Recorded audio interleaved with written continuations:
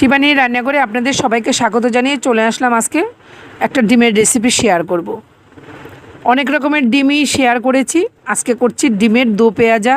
ভিডিওটা শুরু থেকে শেষ পর্যন্ত দেখতে থাকুন। তেলটা গরম হয়ে গেছে, দিয়ে দিলাম পেঁয়াজ, টমেটো, একটু আদা, সামান্য একটু রসুন।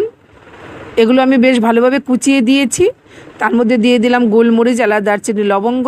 তার মধ্যে দিয়ে দিলাম গোটা জিরে, 3টে শুকনো লঙ্কা দিয়ে বেশ ভালোভাবে আমি ভেজে নেব। সমস্ত উপকরণগুলো সুন্দরভাবে ভেজে নিতে হবে, হালকা করে ভাজতে হবে। সুন্দর একটা গন্ধ বেরিয়ে আসলে একটা থালায় ঢেলে নিয়ে ঠান্ডা করে নিতে হবে। আমি ঠান্ডা করতে দিয়ে দিয়েছি। তারপরে তেল দিয়ে দিলাম, তেলটা গরম হয়ে গেছে। তার মধ্যে লবণ আর হলুদ একটু ছিটিয়ে দিয়েছি, দিয়ে ভালোভাবে আমি নেড়েচেড়ে আমি সেদ্ধ করা ডিমটা দিয়ে দিয়েছি। ডিমটা আগে থেকে আমি সেদ্ধ করে নিয়েছি। ডিমটা সেদ্ধ করে নিয়ে এরকম চারিদিকে ডিমটা একটা ছুরির সাহায্যে কেটে কেটে দিয়েছি। এই যে দেখুন, ঠিক এইরকমভাবে কেটে নিয়েছি। ডিমটা আমি হালকা করে ভাজবো। যে কোনো ডিমের রেসিপি ডিম কড়া ভাজলে খেতে ভালো লাগে না, হালকা করে ডিমটা ভাজলে দুর্দান্ত লাগে সেই ডিমটা খেতে। ডিম ভাজাটা হয়ে গেছে, নামিয়ে নিলাম। এইদিকে মশলাটাও ঠান্ডা হয়ে গেছে, একটা মিক্সি জারে দিয়ে আমি মিহি পেস্ট করে নেব। তারপরে একটা বাটিতে নামিয়ে নিচ্ছি।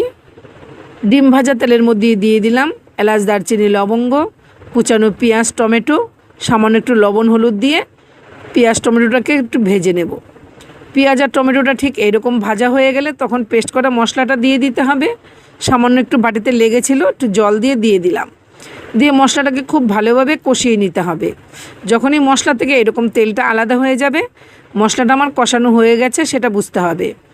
এবার পরিমাণ মতো গরম জল দিয়ে দিলাম, দিয়ে আমি ভালোভাবে একটু মিশিয়ে নেব, খুব সুন্দরভাবে মিশিয়ে নেব। তারপরে সামান্য একটুখানি ঢেকে দেব। কিছুক্ষণ পর ঢাকনাটা তুলে আবারও চলে এসেছি। দেখুন গ্রেভিটা দুর্দান্ত হয়েছে বন্ধুরা।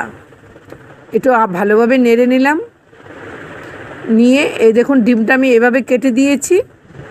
ডিমের ভেতরে গ্রেভির নুন, ঝাল, মশলা সব কিছু ঢুকে যাবে, সেই ডিমটা খেতে দুর্দান্ত হয়। এবার ভালোভাবে আমি মিশিয়ে নিয়েছি।